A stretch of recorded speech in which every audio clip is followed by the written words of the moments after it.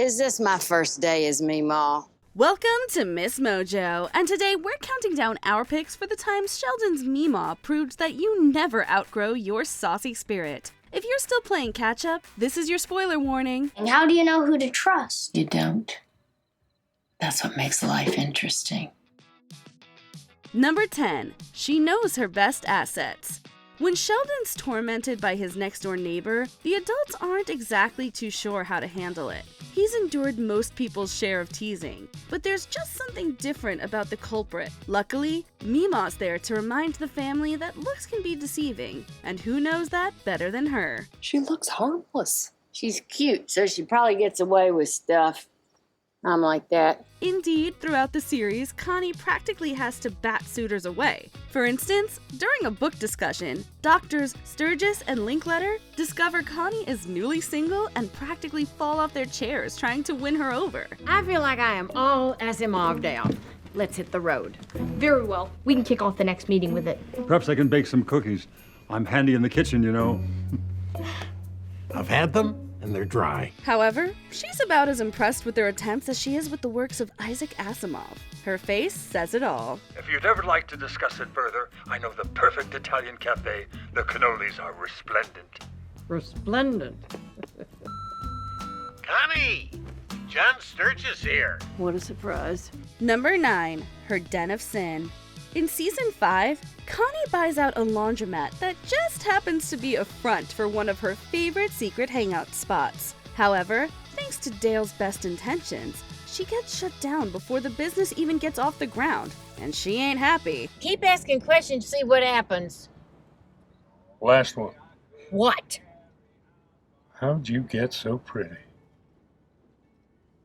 I hate you.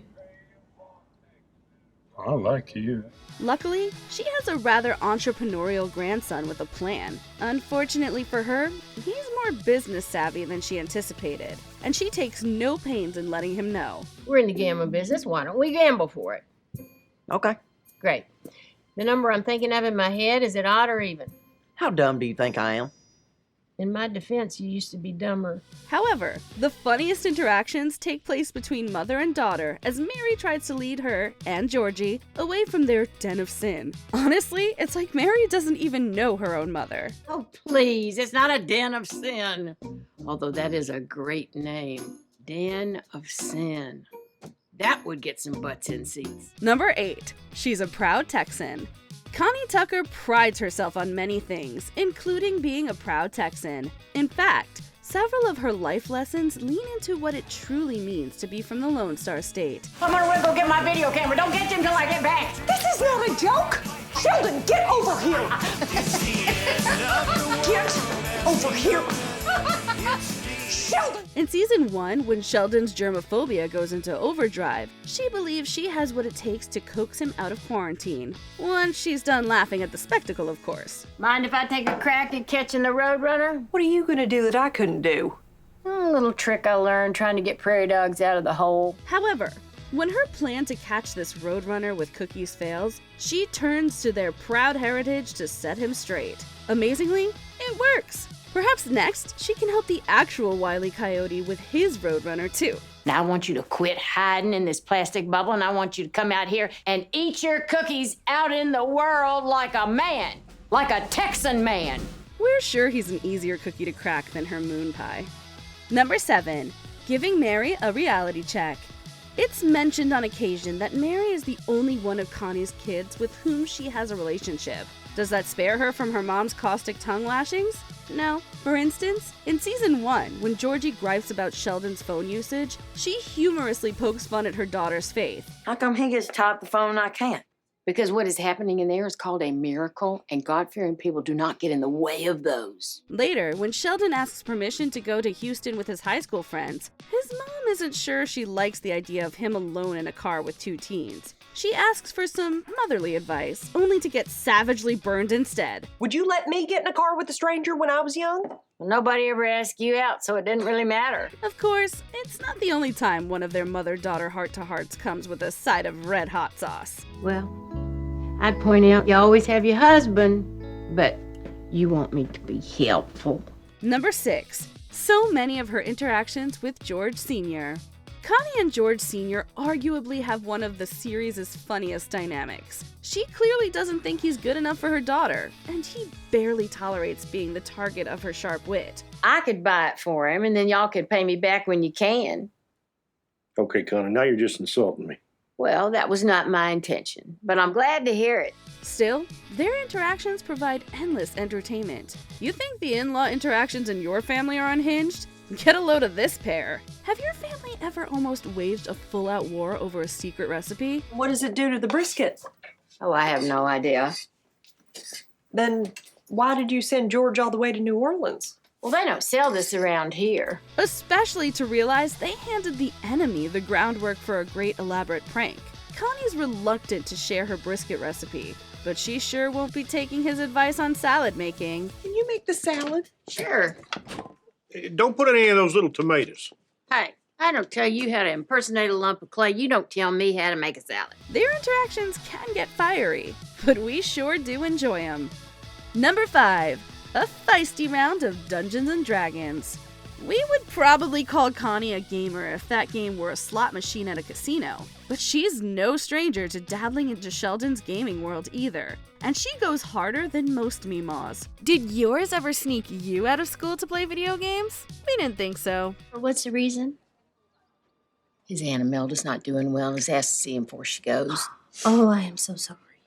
Does she want to see his older brother also? No, she didn't like him as much. Connie also shows us that D&D is more than just a game. It's a great way to sort out your love life, too. You didn't want to steal the key. You didn't want to fight the goblins. You wouldn't even kill the spider. You put it in a cup and took it outside. Well, that wasn't in the game. I know. It was in real life, which is worse. When Dale tries to reform his bad temper, Connie uses the fantasy role-playing game to lure out the old Dale, the one with whom she originally clicked. After plenty of baiting, Connie's thief successfully steals Dale's good nature. Well, that's good then. I don't have to pretend to be Mr. Water drinking nice guy anymore. That's what I've been trying to tell you. Number 4. Messing with Pastor Jeff. If you lined up the Cooper Tucker family by devotion to the Christian faith, Mary would steadfastly stand on one side, while Sheldon would sit unwaveringly on the other. Does that stop him from getting involved in church? Not even a little. And his Meemaw is more than happy to encourage his inquisitive mind. But if God created the universe, wouldn't he want to save all of it? Yes, he would. Then why did you say Earth? Earth is a synonym for the universe. He's grabbing at straws now. Is it because she believes asking questions is important? Or is it because she's interested in the salvation of octopus aliens, or whatever Sheldon's jabbering about this time? What if an octopus Adam and Eve brought sin to their world? Would they be saved by a human Jesus or an octopus Jesus? No, it's because she loves seeing Pastor Jeff and her daughter squirm. The Lord. Yes, Connie. My grandson has a question. Let her rip, kid. Still, we have to wonder, would the pastor prefer Sheldon's incessant questioning or being doused by a fire extinguisher? Number 3, giving Missy a life lesson on gender equality. When Missy decides to join a baseball team, her dad asks around and eventually accompanies her to try out. However, the coach won't even give her a chance just because she's a girl. Coach doesn't want a girl on his team. And you were okay with that? No, I tried. There was no changing his mind. Where are you going? To be mad at somebody new. Missy's heartbroken, but Connie, who's also dealing with her heartache, refuses to take it lying down. She steps up to the plate and throws the coach a curveball he'll never forget. Give her the same chance you would a boy. Or what? Or are you and me gonna have problems? Well, we wouldn't want that, would we? Seriously, who wouldn't want a Meemaw like Connie in their corner? She's the ultimate MVP, unafraid to stand up for what's right. Thanks to Meemaw's feistiness, Missy knocks it out of the park. I'm just a girl, but I think that's called a strike. Not bad. Connie also hits a walk-off victory of her own, rounding the bases with style. She made the team. Congratulations! And Meemaw got a date with the coach. What? It was a productive afternoon. Number 2, egging Dale's house with Georgie. Connie never misses a chance to throw some serious shade at the oldest Cooper sibling. Can I have his allowance? That allowance is for chores which you already don't do. Come on. We all know I'm your favorite. You're not even his third favorite. We get it. Sometimes he walks straight into them, and not firing back would be a missed opportunity. Soon as I graduate high school, I'm gonna be a professional male model. That is hilarious. What? I'm good looking. No, that you think you'll graduate high school. But don't get us wrong. She's also a fierce defender of her grandchildren. Following an argument with Connie, a foul-tempered Dale takes out his anger on Georgie and fires him. So, Connie encourages him to get revenge. Heck, she even joins him. Ready for this? Let's go.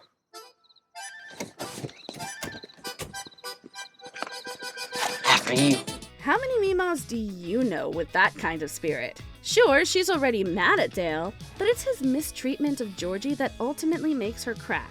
Now, she just wants to make him extremely sorry. Woo! Good one! Ain't mine neither. Here's for firing my grandson.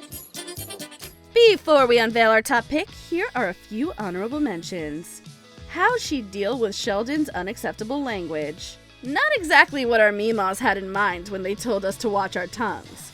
Poodle poo! Okay, somebody's got to teach this kid to swear. It's embarrassing. A Meemaw's love is unconditional, most of the time. But sometimes kids just really make you rethink the part, don't they? Why would you want to go to a funeral?